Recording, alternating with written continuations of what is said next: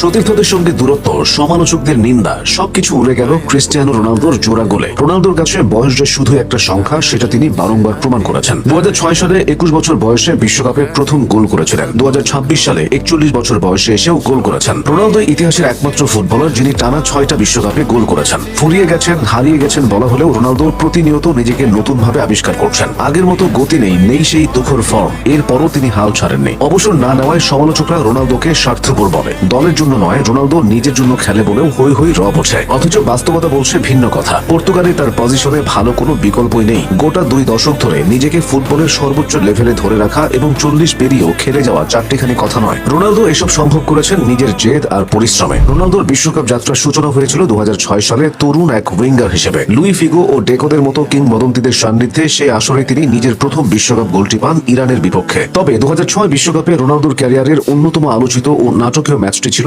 Quarter ফাইনালে ইংল্যান্ডের বিপক্ষে। সেই ম্যাচে তার ম্যানচেস্টার ইউনাইটেড সতীর্থ ওয়েন রুনির লাল কার্ড পাওয়া নিয়ে রোনালদোর ভূমিকা এবং পরবর্তীতে ক্যামেরার দিকে তাকিয়ে তার চোখ মারা বিশ্ব ফুটবলে আলোচিত হয়ে আছে। এরপর সে ম্যাচে পেনাল্টি শুটআউটে পর্তুগালের হয়ে জয়সূচক শট নিয়ে দলকে সেমিফাইনালে তোলেন 21 বছর বয়সী রোনালদো। তবে সেবার সেমিফাইনালে গিয়ে ফ্রান্সের কাছে হারতে হয়েছিল তার দলকে। এরপর 2010 ও 2014 বিশ্বকাপে দলের মূল কান্ডারি হিসেবে খেললেও পর্তুগালের হয়ে খুব বেশি দূর এগোতে পারেননি। তবে 2018 সালের রাশিয়া বিশ্বকাপে রোনালদো দারুণ পারফর্ম করেন। স্পেনের বিপক্ষে গ্রুপ পর্বের ম্যাচে তিনি দুর্দান্ত একটি হ্যাটট্রিক করেন। ম্যাচের শেষ মুহূর্তে ফ্রি কিক থেকে করা তার তৃতীয় গোলটি ছিল নিখুঁত শিল্পকর্ম। এরপর 2022 সালের কাতার বিশ্বকাপে ঘানার বিপক্ষে গোল করার মাধ্যমে রোনালদো ইতিহাসের প্রথম এবং একমাত্র ফুটবলার হিসেবে টানা 5টি ভিন্ন বিশ্বকাপে গোল করার কীর্তি করেন। তবে সে আসরে কোচের পরিকল্পনা অনুযায়ী সবগুলো ম্যাচের শুরুর একাদশে ছিলেন না রোনালদো। নকআউটে গিয়ে তার দলও মরক্কোর কাছে হারে। তখন রোনালদোর বয়স 37। অনেকে হয়তো কল্পনা করেনি তিনি 4 বছর পর 41-এ এসে আবার বিশ্বকাপ খেলবেন। তবে রোনালদো ঠিক সেটাই করেছেন। 2026 বিশ্বকাপের শুরুটা ভালো না হলেও দ্বিতীয় ম্যাচেই তিনি দারুণভাবে ফিরে এসেছেন। সব মিলিয়ে 6টি বিশ্বকাপে মোট 24টি ম্যাচ খেলে তিনি 10টি গোল করেছেন